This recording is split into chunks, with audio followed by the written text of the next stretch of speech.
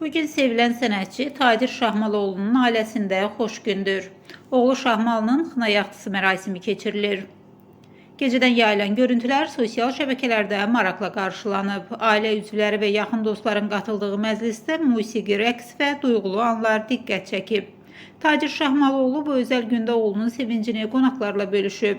Şahmalı və nişanlısı isə xoşbəxt görüntüləri ilə diqqət mərkəzində olublar. Xına yaxtı mərasimindən olan rəngarəng anlar izləyicilər tərəfindən də maraqla qarşılanıb.